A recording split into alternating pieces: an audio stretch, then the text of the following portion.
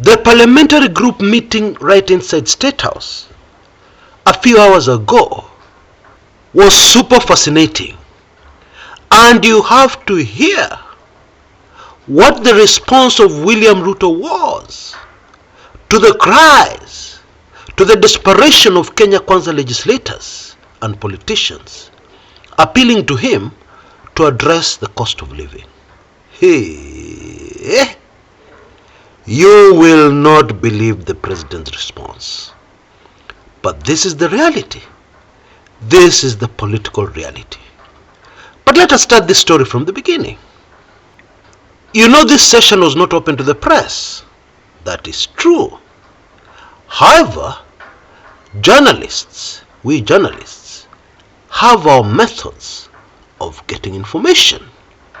And some of us who have been in this game for a long time have our ways of reconfirming information, especially if it is sensitive.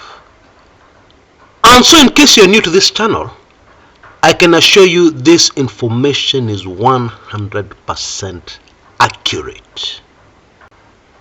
Now, those who attended the meeting started off complaining and appealing to the president to do something about the cost of fuel and the rising cost of living in Kenya.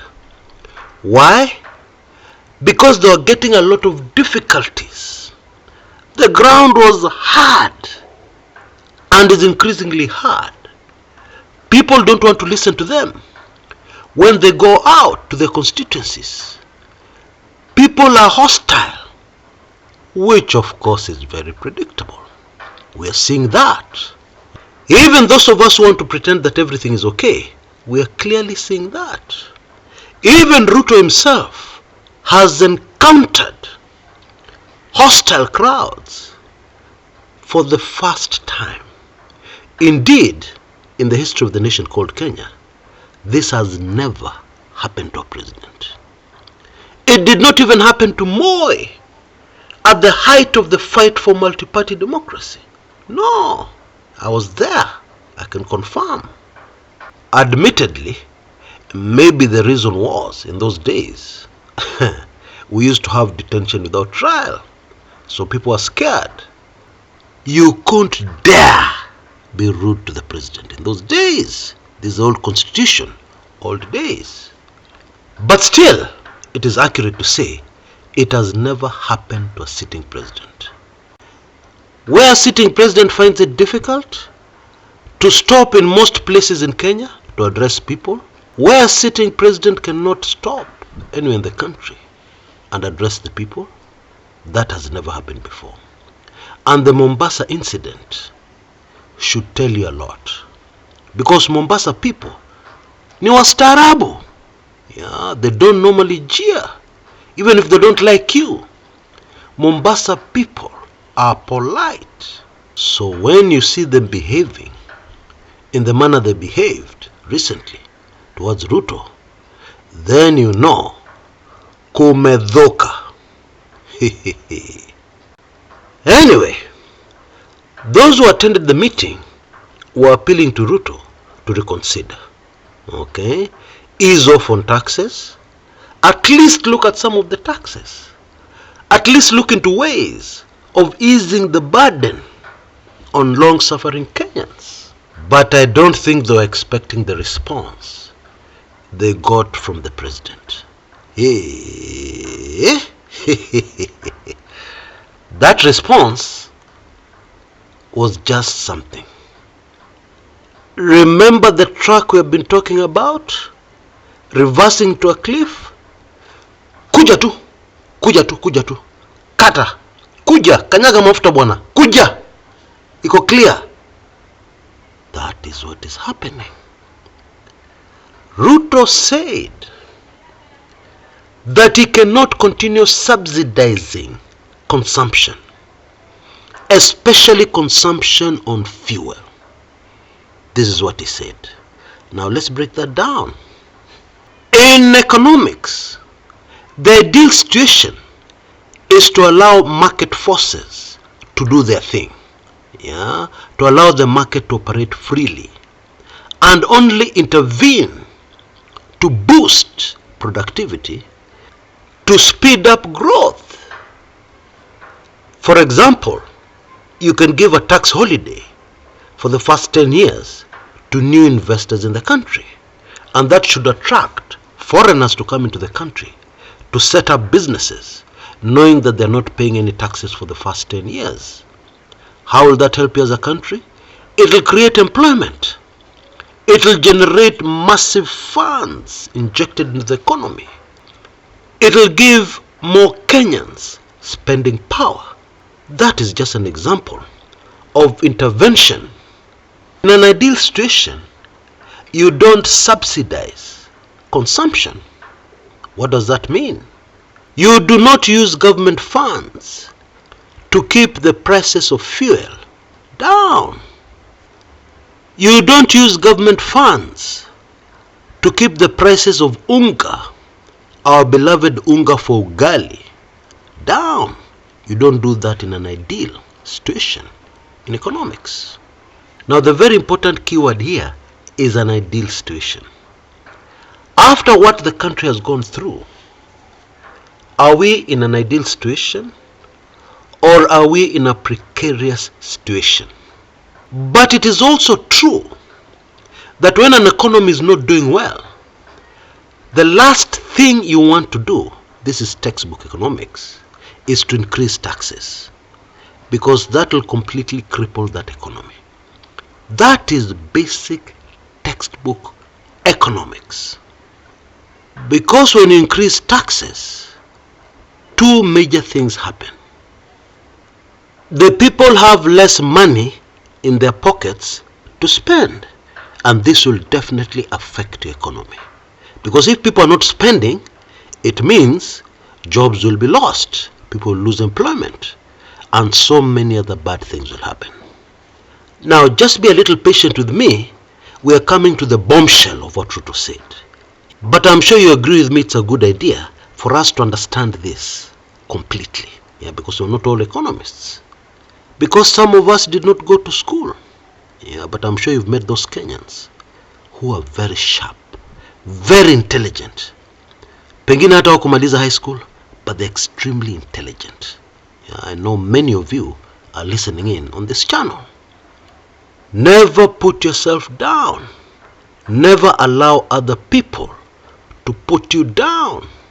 Never ever. Because we also know that there are many people in this country with papers who are idiots. Excuse my French. Yeah, but I couldn't find another better word to describe them. That is the truth. The times we live in, ni akili yako itakusimamia, sio makaratasi. Mark my words. Back to what we are saying. So my main point here is that what the Ruto administration is doing is confusing. Yeah, does not make sense. Okay, you don't want to subsidize consumption, but why are you increasing taxes when Kenyans are hurting, when the economy is suffering? Are you sure that is going to boost the economy? Are you sure that's your objective? Doesn't make sense. But here's the bombshell. He said, this is not the right time to be popular. Huh? He added, when the right time comes, I will go and engage the people. End of quote. Hey. Now, I don't think that needs much breaking down. Yeah, it is very clear. What he is saying is that the popularity of Kenyans towards this administration is not important at the moment. When we come close to the elections, the government will change tune and suddenly the people will love them. Now. Does that make sense? The way you know human nature, does that make sense? If it makes sense to you, don't worry. I'll come back to that in a moment and we'll break it down till it cannot be broken down anymore. Okay? He added that the monthly fuel increments are out of his control. Okay? They are not as a result of taxes. Let me repeat that one. Ruto said the monthly increment in fuel prices are not as a result of taxes. What is the cause then? He says the cause is outside factors. The price of fuel in the international market, things which are happening out there, the war in Ukraine, the war in the Middle East, Israel versus Hamas, etc., etc. That is the reason. Now, very fascinating, the President of Tanzania, Her Excellency Madam Suluhu, and the President of Uganda, Kaguta Yoweri Museveni, have also very recently commented on fuel. And what they're saying contradicts what Ruto is saying. The Tanzanians are saying oil prices per barrel in the international market are going down, and therefore they're also responding by reducing fuel prices for the month of November in Tanzania. Okay? The Ugandans are saying even more interesting things. President Museveni has launched a war against middlemen in Kenya. I need to repeat that. Middlemen in Kenya selling fuel to the country called Uganda. And this, according to Museveni, is causing the fuel prices in that country to be too high, because you have to factor in the cost of the middleman. So Museveni is asking, why not deal directly with the suppliers who are supplying fuel? Now this begs the burning question. Those middlemen in Kenya who are selling fuel and making it more expensive in Uganda, are they also selling it to the Kenyan government and making it more expensive to Kenyans? What do you think the answer to that question is? Of course! That is precisely what is happening, even in Kenya. And so, in other words, Ugandans are suffering, at least until their president intervened. Kenyans are suffering and will continue to suffer. And all this because of one reason. Middlemen selling fuel to the Kenyan government. Now, what is super fascinating here, Museveni is not talking emotionally about this issue. It has nothing to do with my feelings. It is just common sense. And what he has done at the same time, raw safi, is to shift ports where Ugandan fuel will land from Kenya to Tanzania.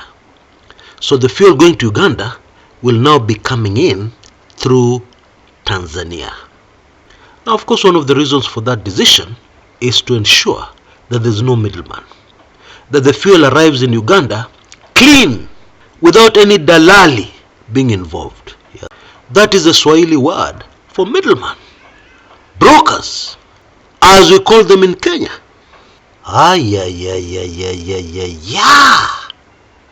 We have to go back to that track. Kuja tu, kata, kanyaga mafuta bwana, unaogopa nini? Kuja, iko clear. What? So now that we know how Ruto is thinking, there are quite a number of things that are very clear. As Azimio have said, they will not sign any document that does not address the cost of living. It is clear that Ruto is not going to address the cost of living. His kind of economics is no subsidies to consumption, and prices of fuel are beyond his control. They are nothing to do with taxes, although he doubled taxes on fuel from 8% to 16%. Hiyo wacha is not there in his mind. Okay? Fuel prices are going up because Israel and Hamas are at war in the Middle East. Prices are going up because where Kenya buys fuel, it's not where Tanzania buys fuel. It's a different world market. Where Kenya buys fuel, prices are going up. But where Tanzania buys in the world market, prices are coming down. Kuja. Kata. Kanyaga mafuta. It's clear. Kuja. Hey. Now, the 15th of November is just around the corner. Fuel prices are already high. The CS Energy has already told us, don't be surprised if the price climbs to 300 shillings per liter. Don't be surprised. Hey. Now, as promised, let's go back to that comment about this is not the right time to be popular. Of course, the right time to be popular is just before an election. And how do you get popular before an election? You give people promises. You paint a very rosy picture. Unatongoza mwenye kupiga kura. You seduce the voter. Now, we all know that seduction does not involve only truth. In fact, in most instances, it involves a lot of lies. Can the ladies and the men on this forum confirm that? Because that is what I know as far as human nature is concerned. I have not practiced the same. So I'm not an expert, and that is why I need confirmation. But I know it is human nature. So I need to ask a simple question. Yesterday, you seduced me with lies. You did not fulfill your promises. And then tomorrow you come back and you try to do the same thing. Even if you're very handsome and attractive. Do you think it will work? Please allow me to leave it there. Now, I've just released weekly intelligence briefings number 115. 116 will be out in the next few hours. Yeah. And there's a very good opportunity of getting hold of my weekly intelligence briefings by taking full advantage of our latest offer on that book, audiobook, The Ruto Kenyans Will Never Know. There is a unique opportunity over the next 24 hours to do so. If you feel that you need this very important content and your budget doesn't quite cut it to enable you to get your hands on it, for the next 24 hours, you can name your price. Lakini usinifinye sana. And for that reason, the limit will be 50. Yeah, the first 50 to send me an email. On that email address you see on your screens right now, youmissthis@gmail.com, naming your price. And then guess what? I will also throw in another valuable Kumekucha book. You can choose for yourself, or you can allow me to choose for you. The most liked of my other ebooks, of course, is Dark Secrets of the Kenyan Presidency, How Mutula Kilonzo Sr. was murdered. Yeah. And then there's another one called The President's Lovers. Now that last one of you took it in recently, and they were delighted, very excited about it. And yes, it talks about a Kenyan president. And so, you have this very exciting opportunity. Please take full advantage of it. Until next time, this is Chris Kumekucha.